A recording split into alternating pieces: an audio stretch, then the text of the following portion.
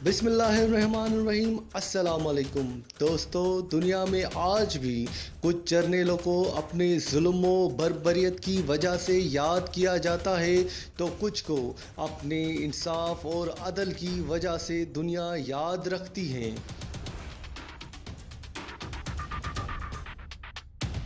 दोस्तों, चंगेज़ खान, हिटलर और नेपोलियन ऐसे जर्नेल या जंगजू थे जिनको दुनिया आज अपने जुल्म व जबर की वजह से जानती है।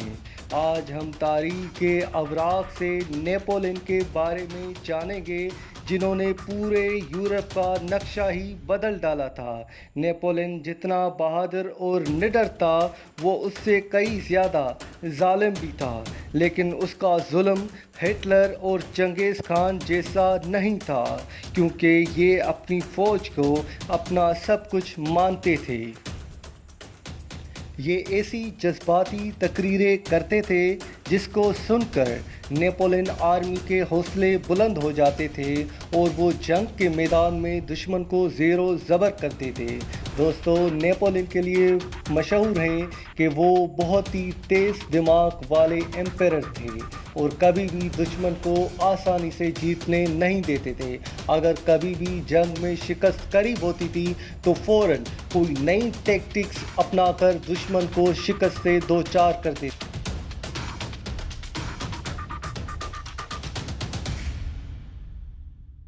नेपोलियन की पैदाइश 15 अगस्त 1769 में फ्रांस के एक छोटे से शहर एजैक्सियो कोर्सिका में हुई थी। इनके वालिद एक वकील थे जिनका नाम कार्लो बोनापार्ट था, और उनकी वालिदा, जिसके बारे में ये मशहूर है कि वो निहायत डिसिप्लिनेड खातून थी, जिनका नाम लेटिजा था। नेपोलियन ने इब्तदाई तालीम फ्रांस के 3 स्कूलों से हासिल की। उसकी ग्रेजुएशन के दौरान ही उनके वालिद की डेथ हो गई और 2 साल की तालीम को मजबूरन 1 साल में पूरा करना पड़ा, जिसके बाद फ़ौज में आर्टिलरी रेजिमेंट में सेकंड लेफ्टिनेंट के तौर पर सिलेक्ट हो गए। नेपोलियन की एक ख़ास बात ये थी कि उनको किताबें पढ़ने का बहुत ही ज़्यादा शौक़ था, ख़ास करके जब कभी भी ये अगर मायूस होते थे या फिर डिप्रेस्ड होते थे तो किताबें पढ़ना शुरू करते थे। तारीख़ में इन साहिब की जंगों का मुख्तलिफ तादाद मिलता है। कोई लिखता है कि नेपोलियन ने 58 जंगें लड़ी, तो कोई लिखता है कि नेपोलियन ने 70 जंगें लड़ी। दोस्तों, मौरखीन ने ये लिखा है कि नेपोलियन ने तकरीबन 60 के करीब जंगें लड़ी थी। इसमें बैटल ऑफ पिरामिड्स मशहूर है। दरअसल ये जंग नेपोलियनिक वार से 5 साल कबल शुरू हुई थी, यानी उस वक्त नेपोलियन खुद फ्रांस के एम्परर नहीं थे। ये जंग मिस्र में अंग्रेज़ों से हुई, चूँकि मिस्र उस वक्त ब्रिटिश के कंट्रोल में था। नेपोलियन ने सीधा इंग्लैंड पर हमला करने की बजाय उनकी टेरिटरी इजिप्ट पर हमला किया, जहाँ से ब्रिटिश अक्सर अपना कारोबार करते रहते थे। इस जंग के बारे में मशहूर है कि जब नेपोलियन इजिप्ट पहुंचे तो उनके बहरी जहाज़ को ब्रिटिश रॉयल नेवी ने तबाह कर दिया था, जिसकी वजह से बजाय उनके इरादे पस्त होते वो और भी मजबूत हो गए और इजिप्ट से ब्रिटिश को शिकस्त देकर इंडिया जाने का फैसला किया, क्योंकि ब्रिटिश की नाक में उस वक्त दम करने वाले यही 2 शख्स थे, यानी एक नेपोलियन और दूसरा टीपू सुल्तान।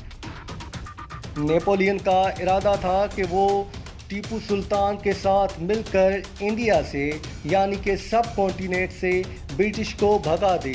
मोहतरम नाजरीन, अगर ऐसा हो जाता तो सब कॉन्टिनेंट 1800 में ही आज़ाद हो जाता। नेपोलियन ने इजिप्ट में ब्रिटिश को जब शिकस्त दे दी, उसके कुछ अरसे बाद ही नेपोलियन को फ्रांस वापस बुलाया गया। दोस्तों, अगर नेपोलियन को फ्रांस वापस नहीं बुलाया जाता तो नेपोलियन की हिकमत अमली यही थी कि वो सब कॉन्टिनेंट जाते और टीपू सुल्तान से मिलकर जंग का आगाज़ करते ब्रिटिश के ख़िलाफ़। इसकी मशहूर जंगों में से बैटल ऑफ मोरेगो एक है, 14 जून 1800 को ये जंग लगती है जिसमें नेपोलियन ऑस्ट्रियन को हैरतनाक शिकस्त देते हैं। नेपोलियन की आर्मी की तादाद ऑस्ट्रियन से कम थी, फिर भी इसने महारत से जंग लड़ी और सुरखरू हुए। बात करते हैं बैटल ऑफ ट्रेफलगर की। ये जंग 21 अक्टूबर 1805 में स्पेन के एक साहिली इलाके पर लगती है। कहा जाता है कि नेपोलियन ने इस जंग में भी अपने दुश्मन को इबरतनाक शिकस्त दे दी थी। नेपोलियन ने जितनी भी जंगें लड़ी उसने दुश्मन को काफ़ी नुकसान पहुंचाया। बैटल ऑफ ऑस्टरलिट्स भी उनमें से एक है जो कि 2 दिसंबर 1805 को लगी। ये जंग बैटल ऑफ 3 एम्पायर्स के नाम से भी जानी जाती है। बताया जाता है कि 68,000 फ्रांसीसियों ने यानी नेपोलियन आर्मी ने लगभग 90,000 ऑस्ट्रियन और रशियन को तकरीबन शिकस्त दे दी थी।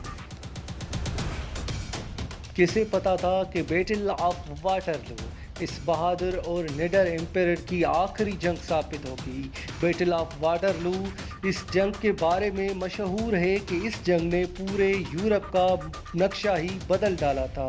ये जंग ड्यूक वेलिंगटन और उसके इत्तेहादी मार्शल ब्लूचर के दरमियान लड़ी गई थी।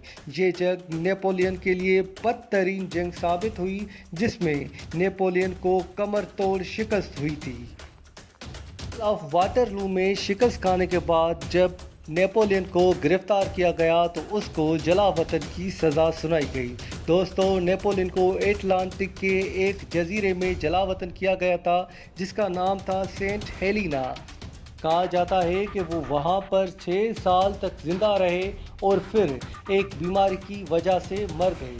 काफ़ी मौरख लिखते हैं कि उनको बैटल ऑफ वाटरलू में ही मारा गया था, लेकिन कुछ मौरखों का यकीन है कि उनको बैटल ऑफ वाटरलू के बाद गिरफ्तार करके एटलांटिक के समंदरी जजीरे में यानी कि एक आइलैंड में जलावतन किया गया था।